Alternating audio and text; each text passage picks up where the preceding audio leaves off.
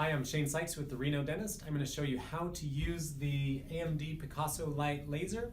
I assume that you already know all the physics of lasers and that you're certified and able to use this. This is just going to show you how to set it up and how we use it in our office. AMD has a lot more videos on their website. They're long and boring and super slow, but this will get you through everything you need. There's more details there. So the laser itself, on the back side here, you've got a few switches, your on-off switch, as well as a key on-off, your power in, and then a remote in. We don't use the remote. On the front side, you have the laser stop button here on the top. So between the laser stop and the two switches on the back, there are 8 combinations of switch positions. So if you turn the laser on and it doesn't work, just work through those combinations until it actually turns on.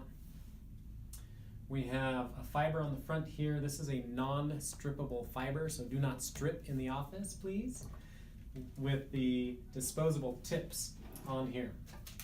These tips are $10 a piece, single use, non-sterile. Wipe it down before you use it on a patient. And the fiber itself is $600, so don't break the fiber. Be careful, delicate with it. Don't close it in the drawer, smash it against another cart, wind it up too tight or kink it, or anything like that. So to get started, we need a power cord that goes in the back of the unit. Push it in securely, and there she goes. Next, we need the foot pedal. This has a protective cover, so if you step on it, the laser cannot fire. You have to reach inside and depress that for the laser to work. If the battery dies, there's 4 screws on the bottom. Take those out. Put in a new 9-volt battery. You don't have to do anything to connect it. It automatically detects. Super simple. If you get a low battery, it should tell you that on the display screen there. And then the last thing we need from that drawer is the danger you're going to die if you don't use the laser properly sign. Post that outside the room so that everyone knows to be careful. So there are a number of different settings on here. The top left is your scalpel laser tissue removal. Go in there, and it starts at 0.8 watts, and you can adjust up and down from there. In a continuous mode, you can adjust it to be pulsed mode if you prefer that. Go out. The smiley face is desensitizing. That's at 1.5 watts, pulsed, 30 on, 30 off, for an unlimited time on there. Go into the green with the wavy lines is the Ulcer Therapy. That's at 0.5 watts continuous for 30 seconds. So you press the foot pedal and it's going to run as long as you're holding the foot pedal for 30 seconds. It will automatically turn off at the end of 30 seconds. Then you have to release and repress the foot pedal.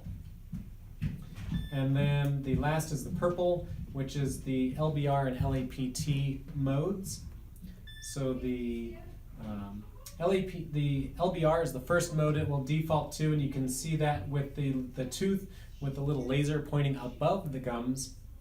That's 1 watt of power, pulse 30 on, 30 off for a 5-second duration, and that'll be one surface of the tooth for 5 seconds. Release the foot pedal, go again. If you go, press the timer up there, and now you go into the LAPT mode where you are going to use an initiated tip. You can see the laser going down between the tooth and the gums. That's at 0.5 watts continuous for 30 seconds. Again, release and repress for the next tooth.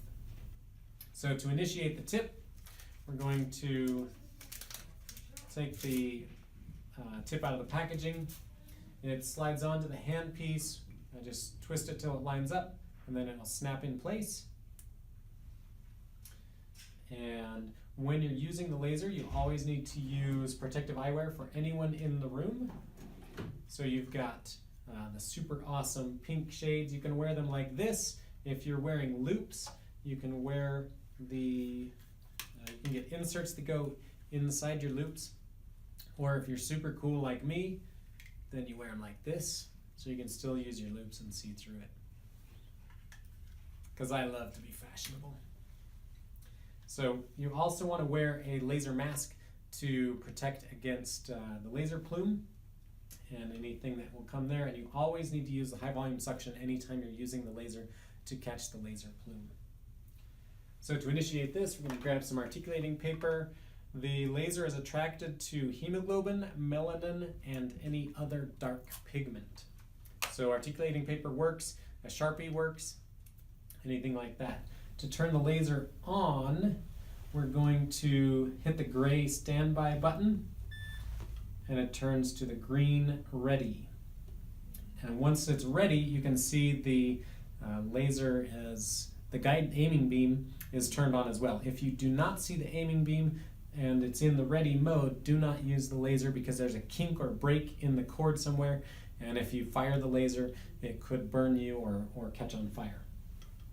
Once it's in the ready mode, if you press the pedal, you'll know that the laser is firing because you'll get a red laser instead of the ready symbol, and you'll also hear a steady beep for continuous laser. Or if you're in a pulsed mode, you'll hear a pulsed beep.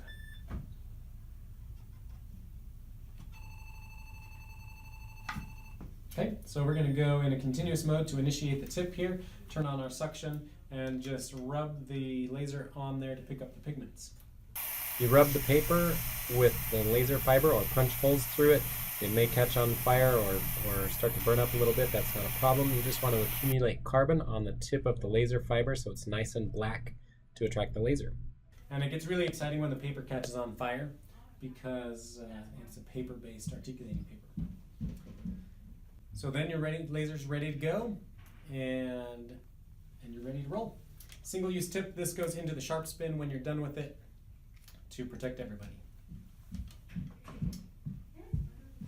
So the last thing is, what does laser stand for besides super cool glasses? Laser is not a word, laser is an acronym. It's your $5 word for the day, and it stands for, laser stands for light amplification by stimulation by light amplification by stimulated emission of radiation. Now you know. Now you can be a rock star.